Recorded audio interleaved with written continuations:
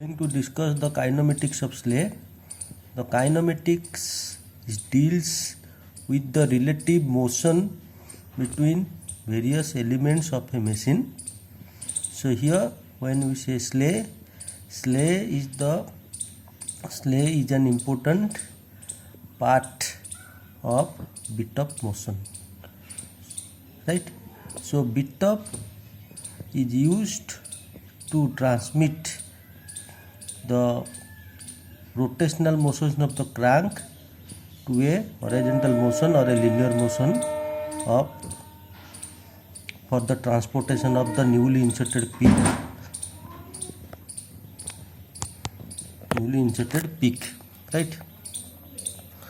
So here we will going to discuss the bit of or the kinematics of sleigh.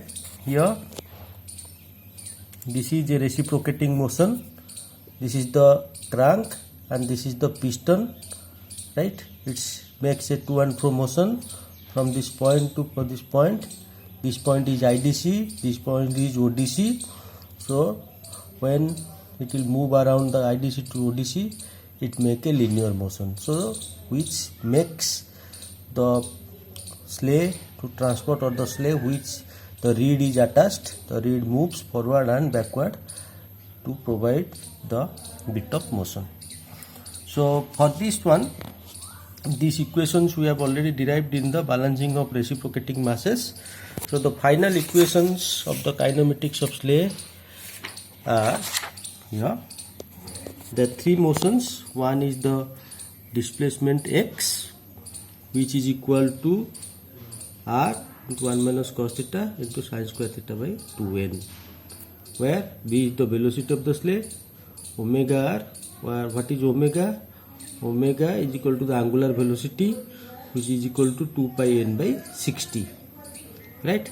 Similarly these two angles. Now the acceleration of the sleigh is equal to omega square r cos theta plus cos 2 theta by n, where n is equal to L by r, or if we will consider the reciprocal of n, this is we call the E, or the eccentricity ratio. The eccentricity ratio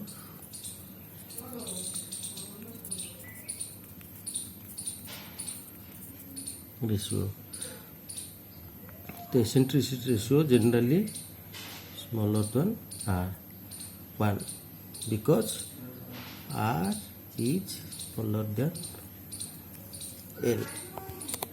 Then what is the torque transmitted?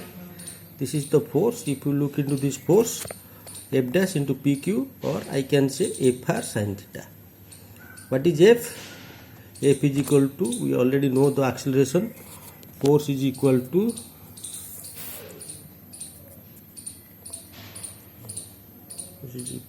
mass into acceleration. So this is mass, acceleration this part.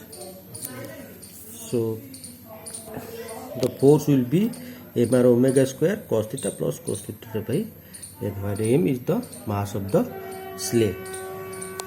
Power needed to drive the sleigh into tau omega. What is power? Power is equal to the torque transmitted into the omega, or the angular velocity. We can get this.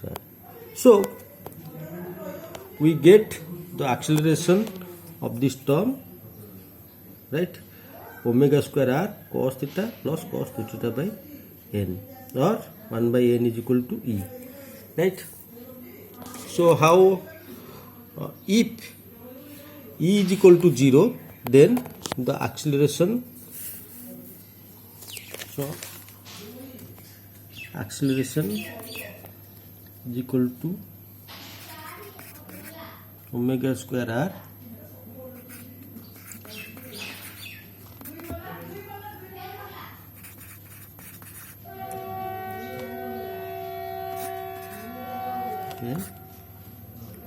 as 1 by n is equal to E.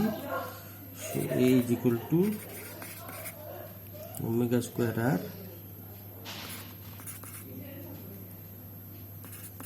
cos theta plus E cos 2 theta, right? So when E is equal to 0, then A is equal to omega square r cos theta.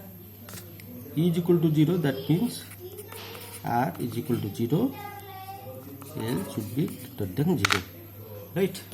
So when the eccentricity ratio is equal to 0, A is equal to omega square r cos theta. But this is a very ideal condition, or this is does never exist. R cannot be 0 for a reciprocating motion, right? So generally this not occur. So if you consider then A is equal to omega square r cos theta or E is equal to 0, then the slave follows an SHM. Otherwise this is not an SHM, because this is SHM, this is the excess, right?